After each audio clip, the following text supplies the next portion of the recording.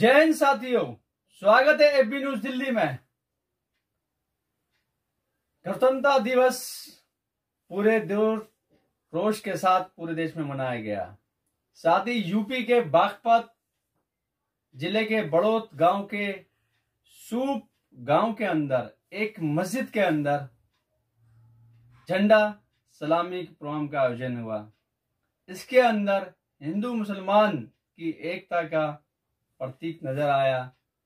इसमें मौजूद रहे खास तौर से मुख्य अतिथि के रूप में राष्ट्रीय लोकदल के युवा अध्यक्ष चौधरी आसिफ, ग्राम के प्रधान रूप और पूर्व प्रधान आदि की मौजूद रही।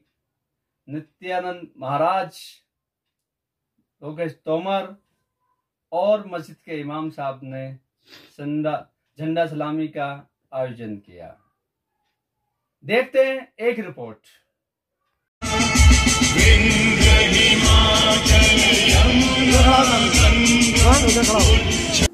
मंच पर विराजमान मौलवी साहब और बहुत ही शानदार प्रस्तुति देने वाले प्यारे बच्चे, लड़कियां और सामने मेरे बड़े बुजुर्ग, मेरे नौजवान साथी।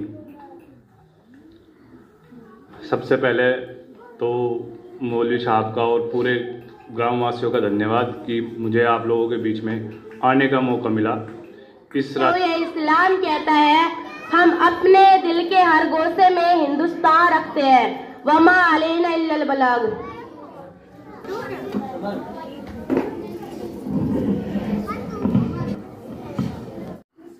मंच पर विराजमान मौलवी साहब और बहुत ही शानदार प्रस्तुति देने वाले प्यारे बच्चे, लड़कियां और सामने मेरे बड़े बुजुर्ग, मेरे नौजवान साथी। सबसे पहले तो मौलवी साहब का और पूरे गांव वासियों का धन्यवाद कि मुझे आप लोगों के बीच में आने का मौका मिला इस राष्ट्रीय पर्व के अवसर पर। और मैं देख रहा था, सुन रहा था, बहुत अच्छी अच्छी बातें बच्चों ने बताई, अपनी अच्छी अच्छी स्पीच, बहुत अच्छी तैयारी करके लोग आए थे।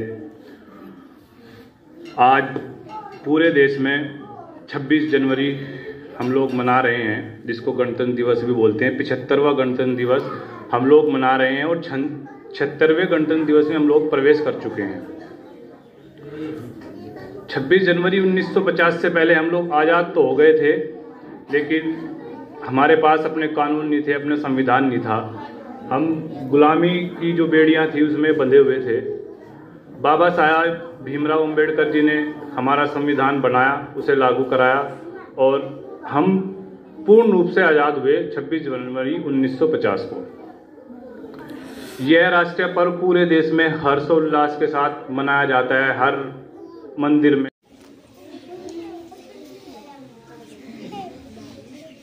आसिफ अली जी,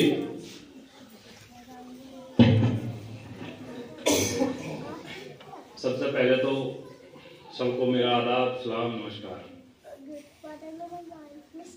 मंच पर विराजमान मौलवी साहब और बहुत ही शानदार प्रस्तुति देने वाले प्यारे बच्चे, लड़कियां और सामने मेरे बड़े बुजुर्ग, मेरे नौजवान साथी।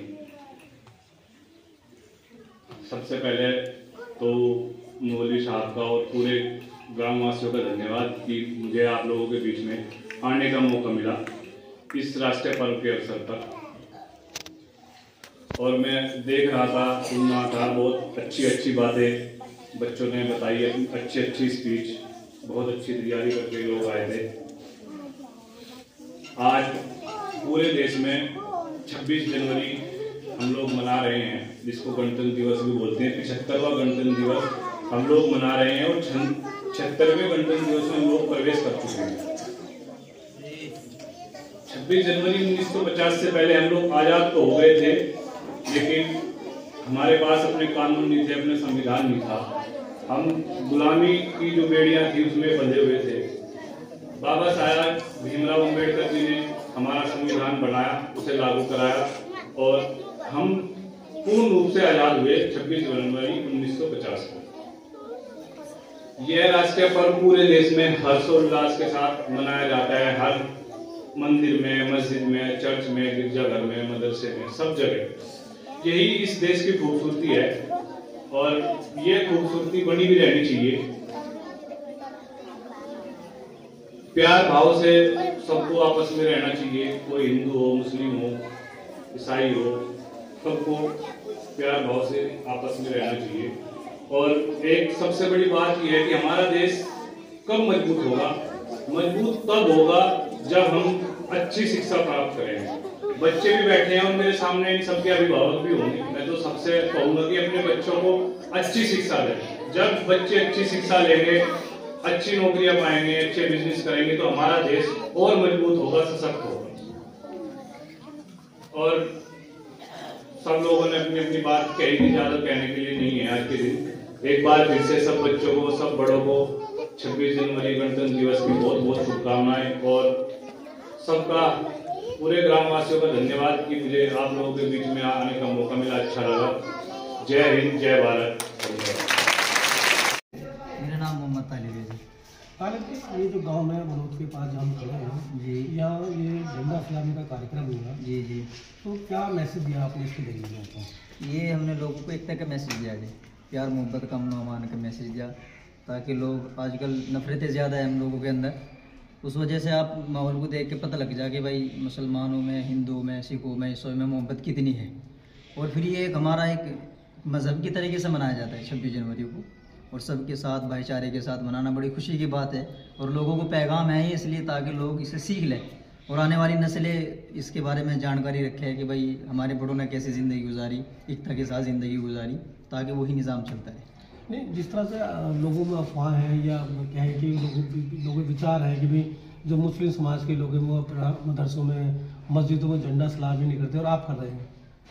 ना, ये ऐसे कोई बात नहीं है। ये देखो, तो हिंदुस्तान है हमारा, एक शान है, जिस मुल्क में रहना है उस मुल्क के नगमे तो गाने ही पड़ेंगे, ऐसा कुछ नहीं है। लेकिन बस लोगों के विचार है, बस लोगों की सोच तो हम दाज नहीं सकते बिल्कुल भी, ये तो अपने जहन की बात होती है इंसान के। और ना, मैं तो ये कहूँगा कि ज़रूरी है हमारे लिए, क्योंकि हम जिस देश में रह के खा रहे हैं उस देश के हमें गुन गाने भी चाहिए, उसके नगमे गाने चाहिए। जी, आपका नाम? डॉक्टर संजीव। डॉक्टर जी, मैं एक जानकारी चाहता कि आज गणतंत्र दिवस और आज के दिन संविधान नाफिज हुआ था, लागू हुआ था, तो क्या लगता है कि जो संविधान बना था कि वो आम लोग तक, जो जमीन का आखिरी पायदान का व्यक्ति है, उसको इंसाफ मिले, तो क्या लगता है कि आज के दौर में उन सब इंसाफ की अधिकार पूछ रहे हैं? नहीं, देखिए, जैसा हमारे समाज में पहले से ही 15 अगस्त 1947 को हमारा देश आज़ाद हुआ था, लेकिन हमारा देश पूर्ण रूप से आज़ाद हुआ था 26 जनवरी 1950 को। और इन लोगों का सबसे बड़ी बात है कि ये संविधान लागू होने के बाद ही सचमुच की जो आज़ादी थी उसी दिन से लागू हुई थी। और हमारा देश विभिन्नताओं से भरा हुआ है, सभी प्रकार के लोग रहते हैं और हम आपसी भाईचारे के अनुसार इस, जैसा हमारा गांव है, हर साल मस्जिद में बहुत अच्छा प्रोग्राम करते हैं। यही मैसेज देते हैं कि आपसी सद्भाव और प्यार भाईचारे से रहने से इस देश को उन्नति कर सकते हैं। नहीं, मेरा सवाल था कि जो अधिकार मिले हैं संविधान में, क्या वो गरीब आदमी तक, जो निचला, वहाँ तक पहुँचने का अधिकार? देखिए, वहाँ तक पहुँचने के लिए तो आपको सबसे बड़ी बात है शिक्षित होना पड़ेगा। बहुत लोग इन बातों को नहीं मानते कि हमारा क्या मौलिक अधिकार हैं, किस किस प्रकार के अधिकार संविधान ने हमें दिए हैं, हमारे पास क्या क्या अधिकार हैं, जबकि एक आम जन के लिए हमारे संविधान में बहुत ज़्यादा अधिकार दिए गए हैं।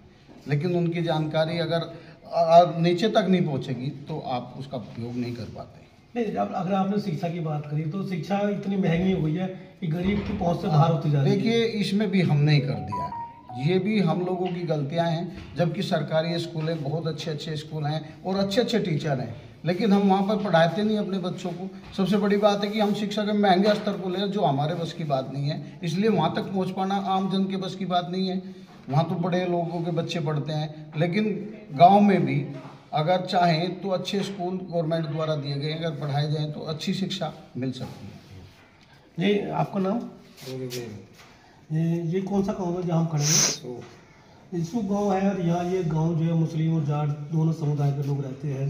फिर भी झंडा सलामी का कार्यक्रम हुआ मस्जिद में, क्या पैगाम दिया आपने इसके लिए? पैगाम कुछ नहीं, तो इसका एकता के लेकर दे दिया, आपस में मिलजुल कर रहे और प्यार मोहब्बत बन रहे आपस में, इसलिए ना हो बच्चों में। तो क्या जो बच्चे हैं उनको बताया गया कि आज गणतंत्र दिवस है, आज के दिन संविधान लागू हुआ? आज उन्हें बताया भी था, समझाया भी था, 8 दिन से तैयारी भी करवाई जा रही है। आपका नाम? इसरार है। इसरार जी, जो मस्जिद में कार्यक्रम हुआ, गणतंत्र दिवस का मामला है, झंडा फहराने का मामला, मस्जिद में क्यों? मस्जिद में हमारा देश है और ये तो हमारा धर्म है एक तरीके से जो हम कर रहे हैं। क्यों इस्लाम ने तो जो है पैगाम यही दिया है कि जिस देश में रह रहे हो सबसे पहले उस देश के बारे में मानना पड़ेगा, और नहीं मानेंगे तो जो है भाई जो है जिस देश का खा रहे हैं उस देश का तो जो है मानना पड़ेगा। क्या पैगाम दिया इसके जरिए आपने? पैगाम भाईचारे का है जी, और सभी समाज के, हमारे जो मंदिर के पुजारी हैं वो भी थे मस्जिद में, सभी जो है सब बढ़ चढ़ कर हिस्सा लेते हैं। जिस तरह का नफरत का माहौल है देश भर में, तो क्या इन कार्यक्रमों से वो नफरत कम हो पाएगी? जी कोशिश तो कर रहे हैं जी, और होना चाहिए जैसा हम अपने गांव में कर रहे हैं।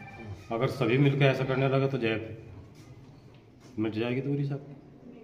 तो जो नौजवान बच्चे, छोटे छोटे बच्चे हैं जो अभी कल का भविष्य होंगे इस देश का, उनको बहुत सारे लोगों ने गणतंत्र दिवस क्यों मनाया जाता है, हम उनमें कौन किन लोगों ने कुर्बानी दी उसके बारे में भी नहीं जानते बहुत सारे लोग। नहीं, अब इन प्रोग्राम के तो जो है इन प्रोग्रामों के जरिए यही सिखा रहे होंगे बच्चों को कि भाई जो है हमारा देश क्या है और हमारे देश में कितनी कुर्बानियों से जो है ये देश आज़ाद हुआ है, और अगर नफरतों में रहोगे तो जो है सब मिट जाएंगे।